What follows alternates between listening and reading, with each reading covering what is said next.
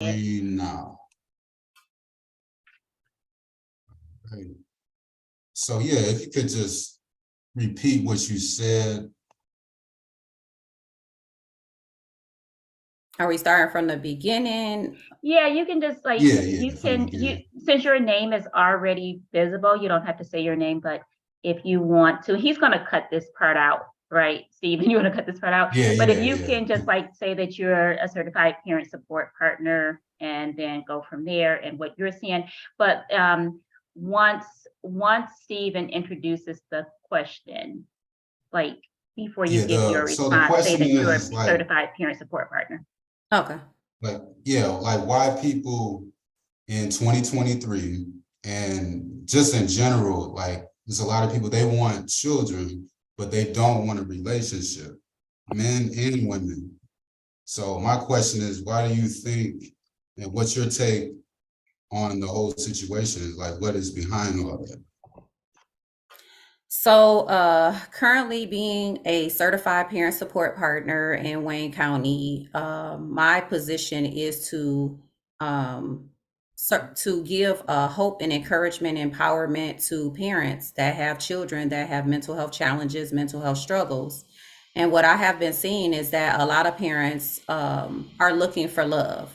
They're looking for unconditional love, authentic love. They're looking for someone to be non-judgmental. And when you have a child, those first couple of years, are just all gloomy and bright sometimes to parents, and they feel that love. They feel like they're not being judged because a child, doesn't understand really what's going on. And they just feel the support and the love from you. Yeah, I can relate to what Adrian is saying. I don't have any kids, but just I'm around kids all the time. I have nephews, and kids love their parents unconditionally, right? And so we're asking, Adrian, first of all, thank you so much for joining us, because I think your expertise definitely lends itself to this conversation. But kids love their parents unconditionally. And a lot of times people who want kids, and they're saying, okay, I want the child, but I really don't care about the relationship, because we know that sometimes you can enter into a relationship and that person you're in that relationship with is not going to offer you that same unconditional love that child can offer you. That child, no matter what you're doing, and unfortunately, there are parents that are neglectful to their children. And guess what? Those children still really, really, absolutely love them, even through all the hurt and the anger. If you ask them who do they want to be with, they want to be with that parent. And so Absolutely. sometimes parents have that foresight, or soon to be parents, people who that we're talking about, people who want the kids without the relationship, they are able to say, hey, this is somebody who's going to love me. But hopefully they're looking at giving that same love back or even more. Exactly. Yeah, definitely for sure. That is true. Of what you're saying, Dr. Michelle, is that they are looking to receive the love, and hopefully that will teach them how to love back if they missed that part when they were growing up. But we also experience a lot of trauma with parents and caregivers. And with that trauma, that's what they look for when they have children. Maybe they're saying, hey, with a child, I know that this is my responsibility, but as an adult raising another adult, that's like a whole different lane that you're in compared to your own child. This is a responsibility of you as being an adult versus a boyfriend, a girlfriend, a husband, a wife. You're raising somebody else's grown adult child, versus a child that's innocent, has no say so a lot of times in things, and you are the person that provides that comfort and care and educate and empower them to be productive growing up in society. Mm-hmm. And it's interesting, Stephen. Were you saying something? Because you're on mute, but your lips started moving. Were you, Stephen? You're muted. Oh, yes. Can you hear me? I'm like, he's talking, but I I don't know had what he's something, saying. I had something to say about that, Okay. about the, as far as like, yeah, it's like you still, this was actually said in the comments. You still have to put in the work versus having, a boyfriend, girlfriend. You're raising a child. One day they're gonna become someone's boyfriend, girlfriend. You still gotta go through mood swings. They're still gonna rebel. You're just basically catching all those behaviors early, in my Right. opinion. And it's like, it's really the same amount of work, the same amount of effort. The only thing is, yes, they love you conditionally. I mean, they don't know what else to depend on. They're the only one that's, pretty much depending on you. So it's like, is it really conditions? Like if you weren't giving them food, if you just like neglect them, it's like, do they really still love you? You have people that, fathers, mothers, they leave their children. You do have people out there like that. So that's just, I Yeah. wanted to say that. Like, what do you think Well, about? that goes back to that bond that happens. That parent is that first primary point of contact, and that trust right there is almost like that trust is established right away, unless you do something to break that trust early on. And what happens is, and when we talk about trauma, we talk about trauma can start very, very early on. It's just that we bury it and we think that we've forgotten about that trauma. Like there's a such thing, there's something called infantile amnesia. So you don't remember. People may report remembering things from like when they were one. I mean, I don't remember. Yeah, I barely remember what happened yesterday. But people will report like remembering things from when they were really, really young. But for most of us, if we think back to it, we don't fully remember like when we were what happened at 2 and 3. And there may be some people out here who can chime in and say, well, hey, yeah, I do remember, but I don't. But however, we may not, although we don't remember those details, sometimes experiences stick with us, like how something made us feel. So we may not be able to go through step by step and say that this happened to me. We may not be able to intellectualize it, but we know that the feeling was traumatizing. And so as we get older, so if your parent early on breaks that, you may still have love for that parent, but that trust is not there so much. And so you're right, the people who want kids without the relationship, whether this is through natural birth, a surrogate, adoption, no matter what it is, you need to prepare to offer that unconditional love. Because if you're not prepared to offer that, you're not prepared to be a parent. And I mean, should love have conditions? Is love love if it has conditions? And I'm going to let Adrian jump in, but I do want to say one thing. Speaking of Stephen, speaking of Johnny Hardiman, he actually sent me a video about unconditional love. And in the video, the person talks about when you truly love somebody unconditionally, you don't love them according to your rules. So I can't say, oh, I only love Adrian if she does what I want her to do. But as soon as she crosses the line and does something I don't want her to do, she's no longer in my world. You're gone to me. And so when you love somebody unconditionally, you love them no matter what. There's no limits to that love. So we have to think of how many people in your life do you really love unconditionally. So the person looking for that child to come into the world, that child is probably going to offer them that type of love, right? Yeah, and all of that is definitely true, Dr. Michelle. We all want unconditional love, but a child just stirs up and does something different to us, Mhm. and um, like it was said already before, is that you can have the child, that's your responsibility, is that child. But if you have a whole relationship and you have to deal with them as if they're acting like a child, that's something that people walk away from. And a lot of times people just have children and don't want the drama or the problems that they hear that the world is going through. Society is saying this about if you're in a relationship with somebody and you have a child with them. It's a lot of stigma that's out in the world that we listen to. And like Dr. Michelle said, I provide education on trauma. And a lot of people don't know that they are dealing with trauma. They just think that it's something that will blow over. I'll get past it, but you're not realizing you're spilling your trauma and your issues onto that child that you're raising. But at the same time, no matter most percentage of children that's in the world, no matter what you have done to them, they still love their parents.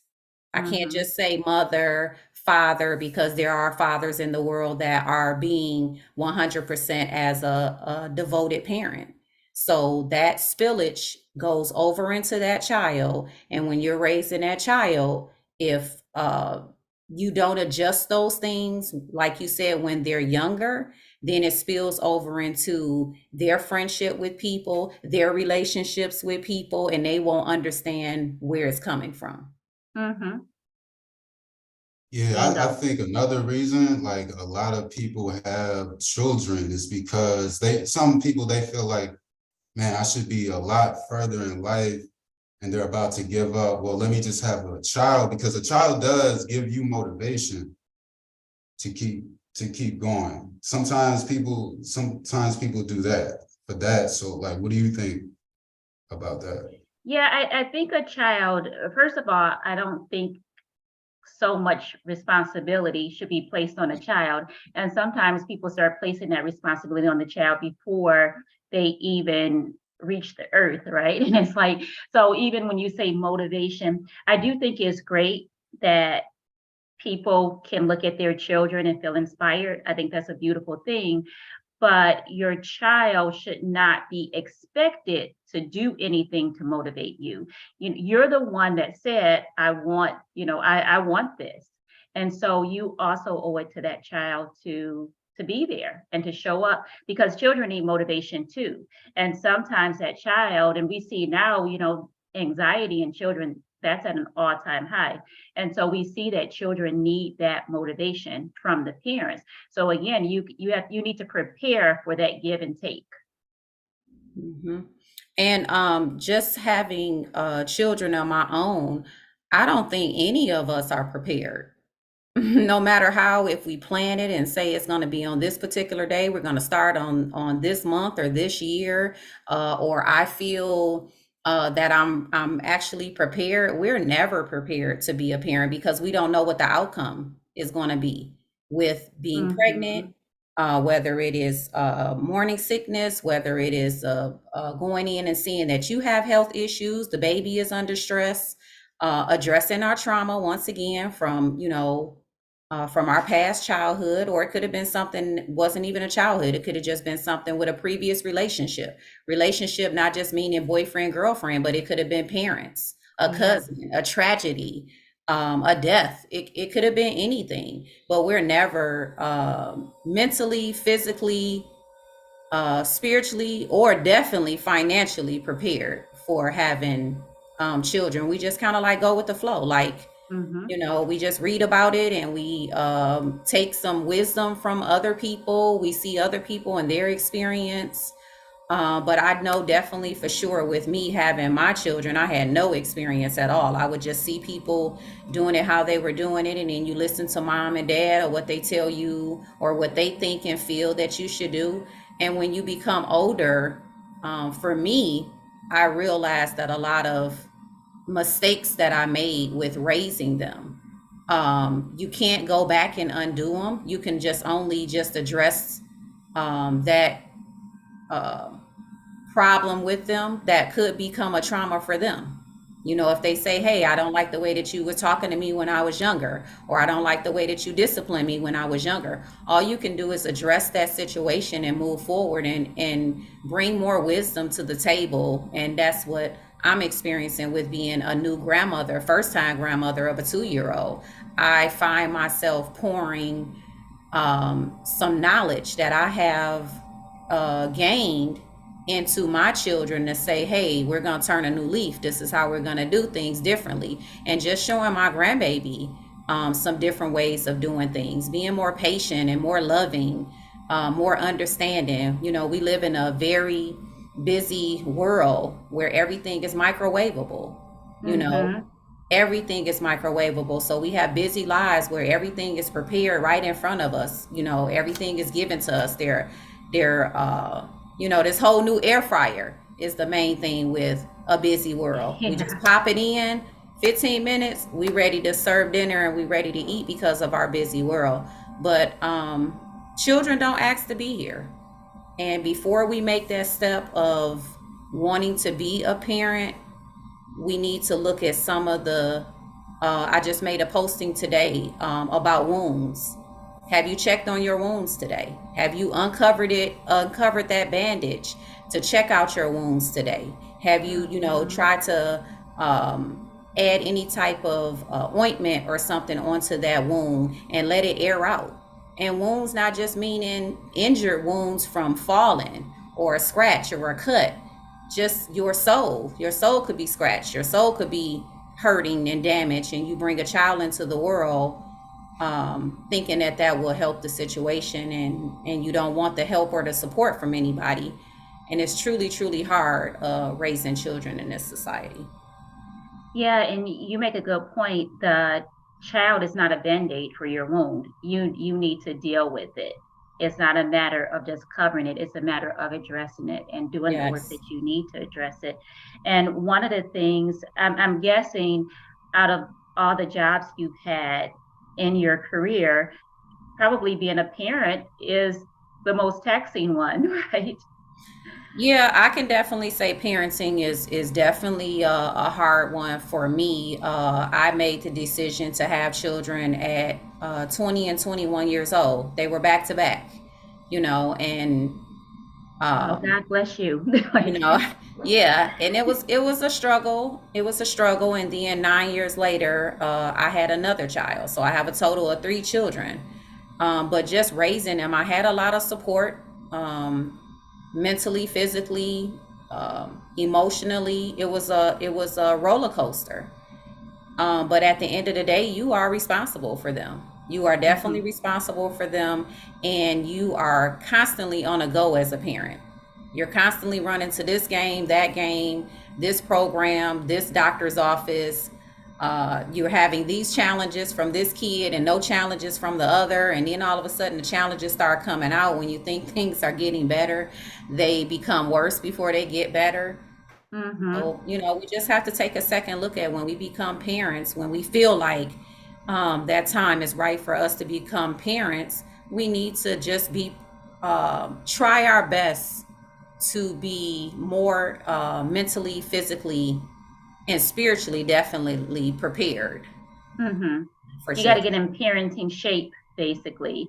We prepare for vacations, we prepare to do all these other things, but we don't always prepare to be a parent. But like you said, how do you really prepare? The only thing you can do is try to offer the best you can, and remember that this child is not here to fix you. I mean, fixing Yes. may happen in the process, but that pressure shouldn't just be there. Right. It should not be on the child that you went through something and you're taking it out on them. Mm-hmm. Whether it's, you know, emotional abuse, physical abuse, these things have to be addressed behind the scenes, you know, Mm-hmm. without involving the child, because once again, they didn't ask to be here. They come into this world not knowing like why I'm here.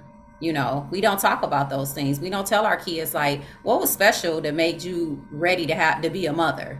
You know, Yeah. we don't talk about those things with our children, which we should. We should know our reasons of why um, we became a mother or wanted to Right. become a mother, become a parent.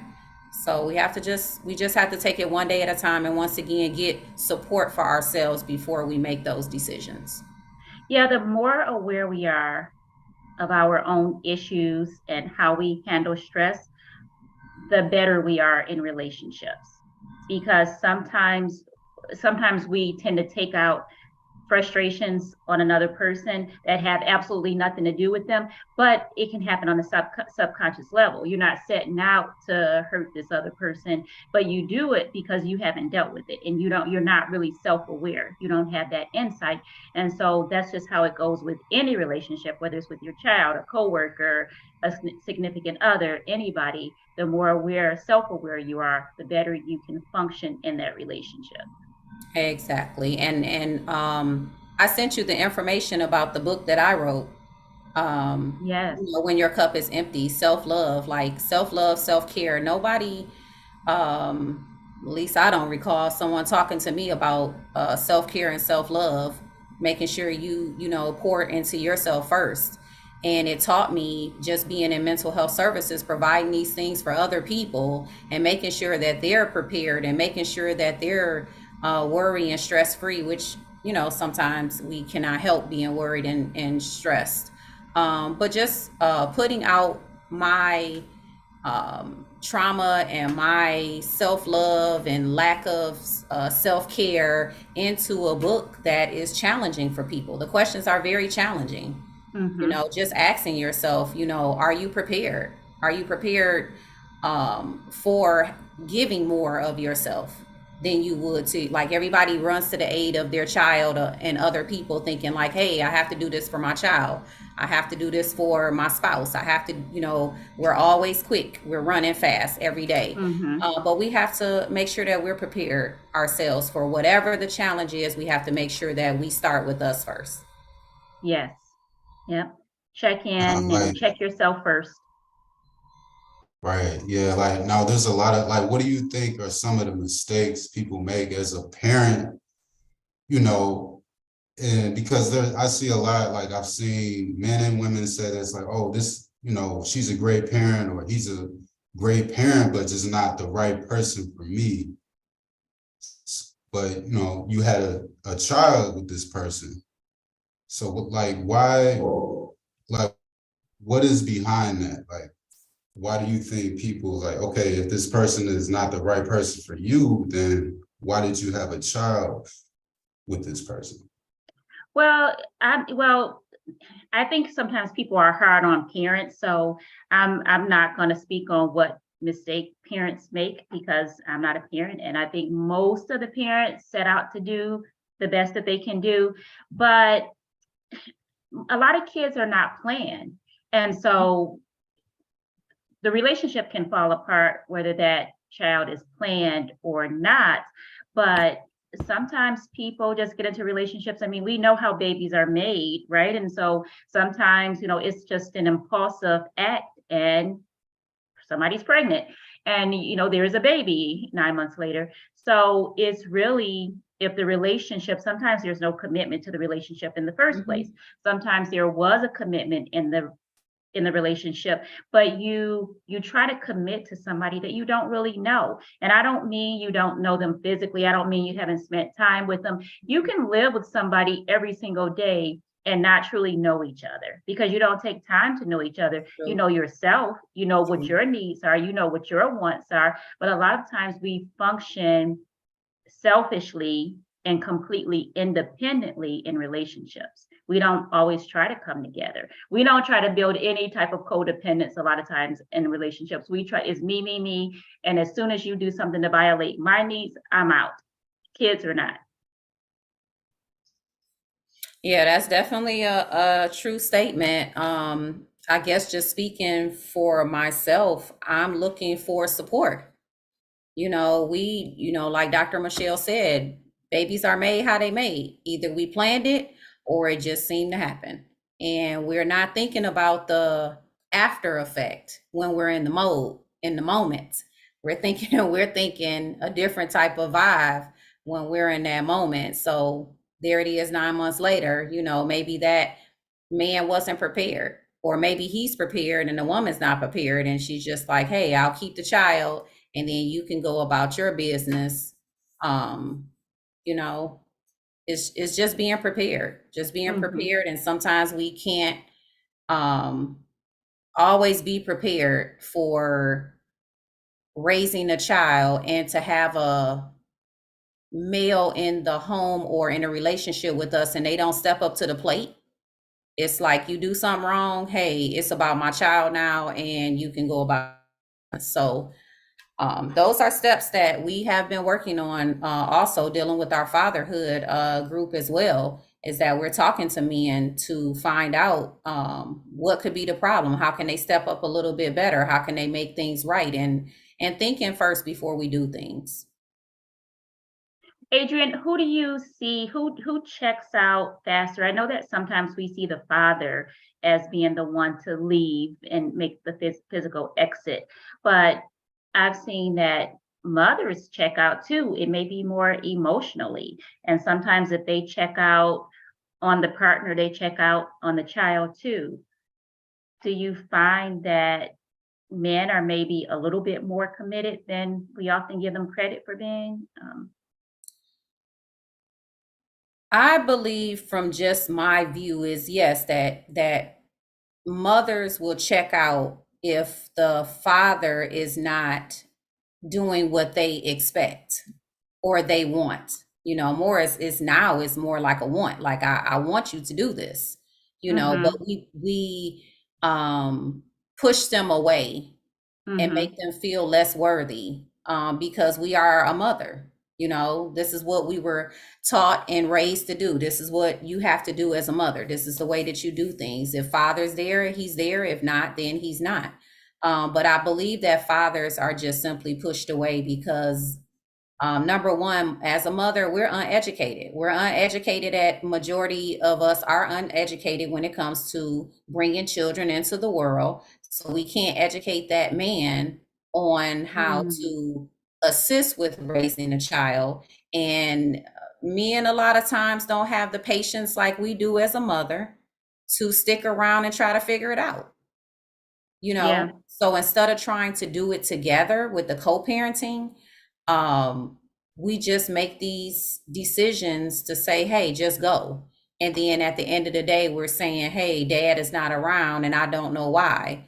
And at the end of the day, you do know why. It's because and I can say we because I was a person that was in that situation to just say, hey, if you can't give genuine love, support, um, help me when I need it, and be there for me, I don't need you.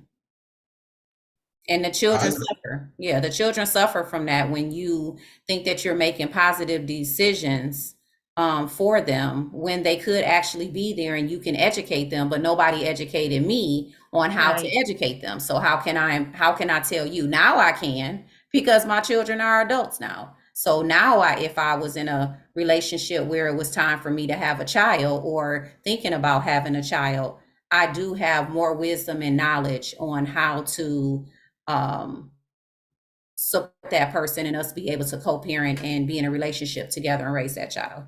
Mm-hmm. Do you think it's because of, I know, do you think it's because of options, a lot of options? Because I know, Dr. Michelle, you said last week, you know, a lot of people aren't like relationships aren't lasting because, you know, it's a lot of because of social media. So back then, like 1950s, 60s, you know, they didn't have like Mm-hmm. they still had options, but they had, you know, the house Yeah, phone. they had to They commute couldn't more. just, yeah, just hit somebody up on social media. You got all of these, you know what I'm saying, guys messaging you 1,000 messages a day. And then that can, so do you really think it's just the amount of options today? Yeah, I think we definitely options definitely play a role. Social media plays a role in what people can do and get away with, and but it still comes back to like who are you and what's your level of commitment and what are you seeking? Like, are you going to spend the rest of your life just, DMing somebody, and like what is it that you're looking for? And again, I go back to the more self-aware you are, the more you know what you want and you go for that and not just wonder. So I think that when somebody is that person, at least that person who wants a child and says I want a child but I don't care about the relationship, they have a very specific goal, right? And so I just have to give them credit for even knowing something that they want. They know they want a child. So now it's like figuring out why you want that child and going to that. And then it's about, do you really want to do this by yourself? You know, we have to figure out all of that. So before you get into any type of relationship, you need to know who you are and what's the end game. What is it that what are you going for? Yeah. Because those options will always be there.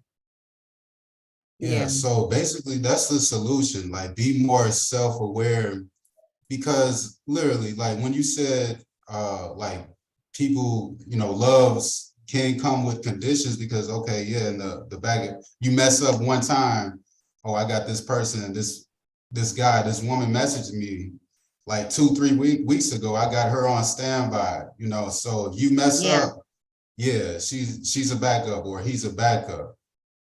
So what do you think, Adrian? I mean, for the it comes with morals and values. It's just different for me. Social media cannot dictate your world, cannot dictate your life. You know what you want. Would you want someone to do that to you? Be a player, cheat, or even think about somebody that just DM me, as they say in a DM, that a guy put a emoji up there or said a comment like, hey, if your man ain't doing right, this, and then you can always contact me. You have to be in control of you. You have to know what it is that you want. And no matter whether this is something that I talk to my son about, like, no matter who's in the DM, no matter who likes the posting or anything, you are in control of you. And if you love who you're with, then nobody else even matters. You can go out to a party. You can walk around without your ring on. Just know I'm sincere, and I know that I'm committed and I'm married. But everybody's not going to be like that.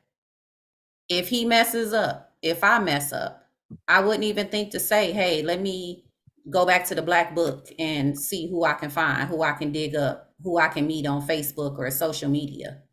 So that's all within yourself. You have to bring those values and morals to the table, and you have to stick to them. And you have to educate yourself when you're in a relationship. Like, get you some friends that are genuine, authentic friends that can check you when you're wrong. If you got friends that they'll jump in the DM because their wife not doing right, or they jump in the DM when, as they say, baby mama, which I hate that word, baby mama not doing right.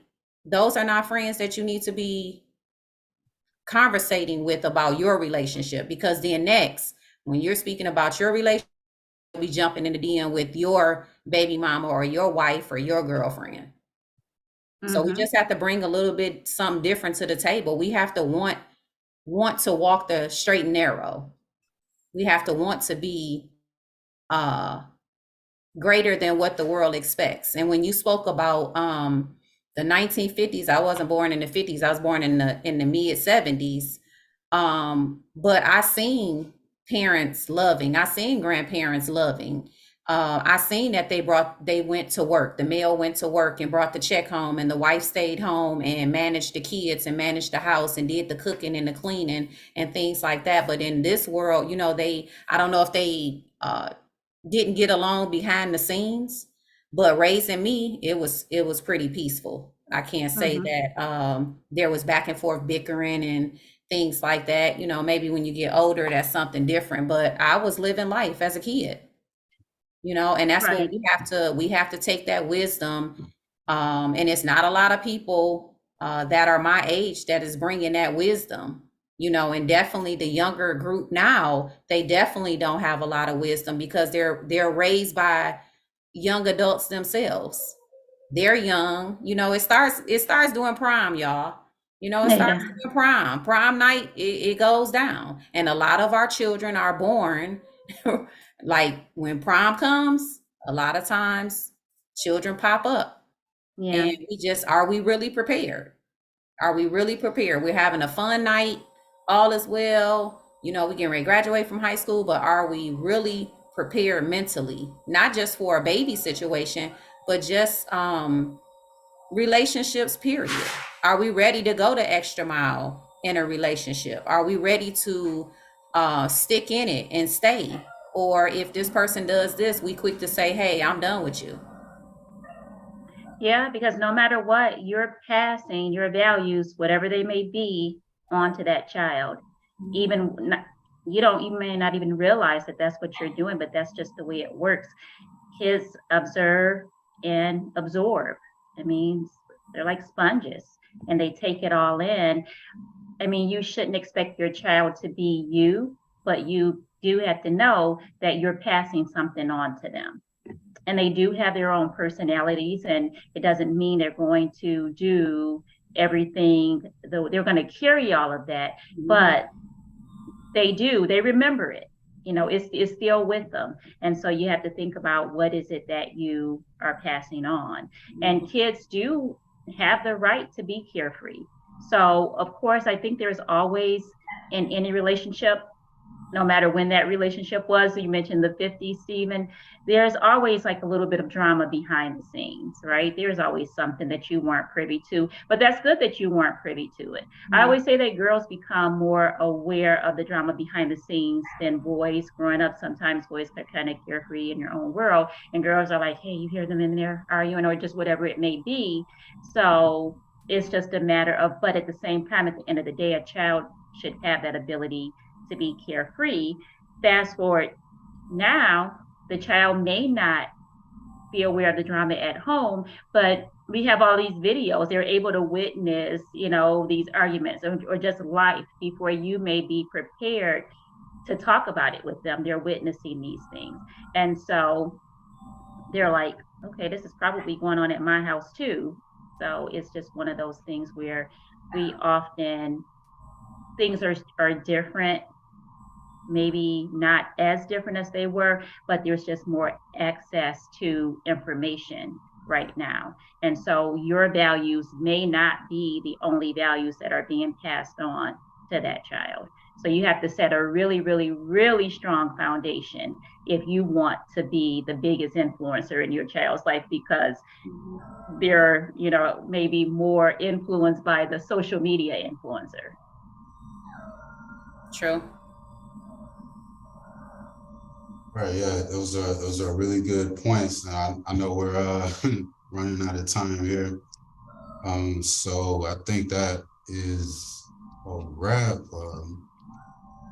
Thank you, Adrian, and thank you, Dr. Michelle. Thank you, Adrian, for coming on. Good luck on your book, and I'll have to get it. I'll have to order it. Yes, thank you guys for having me. Thank you so much for having me, and I would love to be back on. Anytime you guys are addressing some concerns, I love to jump in. Okay. All right. All right. All right. Thank you, everyone. Have a great one. You too. Have a good one.